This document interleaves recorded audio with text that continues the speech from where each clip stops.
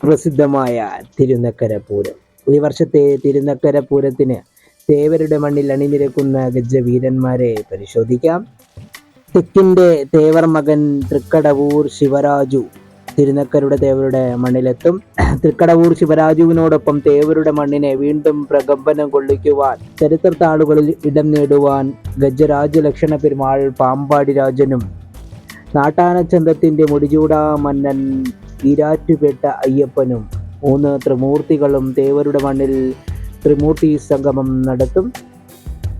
കോട്ടയത്തിന്റെ യുവരാജൻ ഭാരത് വിശ്വനാഥൻ അവരോടൊപ്പം അണിനിരക്കുന്ന മറ്റൊരു ഗജവീരൻ. അതോടൊപ്പം തന്നെ പാമ്പാടി സുന്ദരൻ, പാമ്പാടിയുടെ ഇളയ പുത്രൻ, ഏറ്റുമാനൂരിൻ്റെ ഇരട്ടച്ചങ്കൻ ഉഷശ്രീ ശങ്കരൻകുട്ടി, കോട്ടയത്തിൻ്റെ ഇരട്ടച്ചങ്കൻ കിരൺ നാരായണൻകുട്ടി, അതുപോലെ തന്നെ ഗജരാജൻ കാഞ്ഞിരക്കാട് ശേഖരൻ, ഐശ്വര്യ ശ്രീമാൻ തടത്താവിള രാജശേഖരൻ, പുതുചരിതം കുറിക്കുവാൻ ചൈത്രം അച്ചുവും ഒപ്പത്തിനൊപ്പം നിന്ന് പോരാടാൻ കൊല്ലത്തിൻ്റെ യുവരാജവനാടിയാർ മീനാട് വിനായകവനും, ഗജരാജൻ വേമ്പനാട് അർജുനനും, അതോടൊപ്പം തന്നെ തോട്ടേക്കാട്ട് കണ്ണനും, മീനാട് തറവാടിൻ്റെ യുവരാജകേസരി മീനാട് കേശുവും, തോട്ടേക്കാട്ട് രാജശേഖരനും, കരിമണ്ണൂർ ഉണ്ണിയും,